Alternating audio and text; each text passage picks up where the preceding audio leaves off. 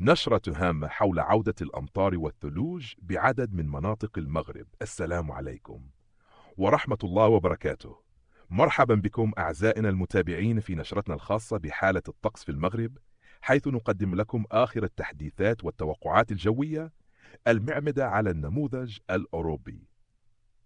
الحمد لله، التوقعات مستقرة بخصوص عودة الأمطار والثلوج إلى عدة مناطق من المملكة، وهي أجواء مبشرة بالخير إن شاء الله. سنوافيكم بكل التفاصيل المتعلقة بهذه الحالة الجوية، لكن قبل الدخول في التفاصيل نرجو منكم دعمنا من خلال الإعجاب بالمحتوى والاشتراك في القناة ومشاركة النشرة مع أصدقائكم، فدعمكم المستمر هو ما يشجعنا على مواصلة تقديم تحديثات دقيقة وتنبيهات مهمة تهم سلامة الجميع.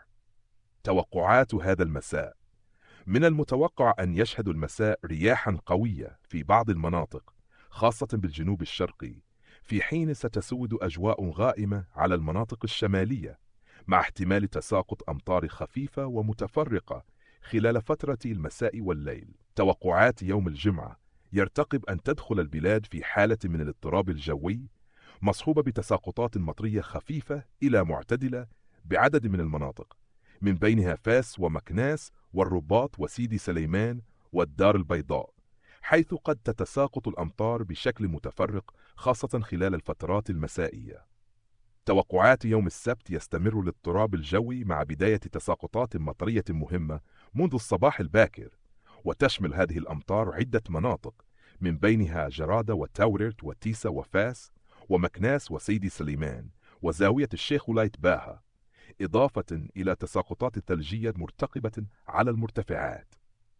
كما يتوقع أن تشمل الأمطار مناطق الرشيدية وتنغير وطاطا، مع إمكانية امتدادها نحو بعض المناطق الصحراوية.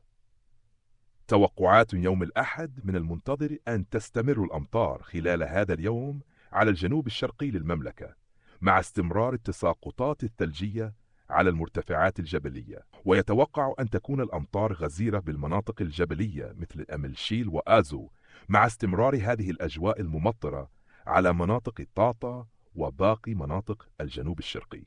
التوقعات خلال الأيام المقبلة: مع تقدم الأيام يظل الطقس غير مستقر في معظم المناطق الشمالية والغربية، مع احتمال تساقط أمطار خفيفة إلى معتدلة، بينما تستمر الأجواء الممطرة بشكل أوضح وأقوى بالجنوب الشرقي، مع تسجيل تراكمات مطرية مهمة بعدد من المناطق.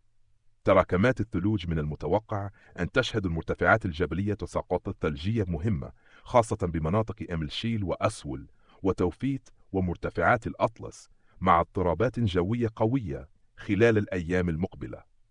حالة البحر: يرتقب أن يكون البحر هائجا على الواجهة المتوسطية والمحيط الأطلسي، مع ارتفاع ملحوظ في علو الأمواج، ومن المتوقع أن تستمر هذه الوضعية، لذلك نهيب الإخوة البحارة توخي الحيطة والحذر. في الختام، نتمنى لكم أوقاتا آمنة، ونذكركم بضرورة متابعة التحديثات اليومية لحالة الطقس عبر قناتنا، ولا تنسوا دعمنا بالإعجاب والاشتراك والمشاركة، فبدعمكم نستمر، وبمتابعتكم نصل إليكم بكل جديد في الوقت المناسب.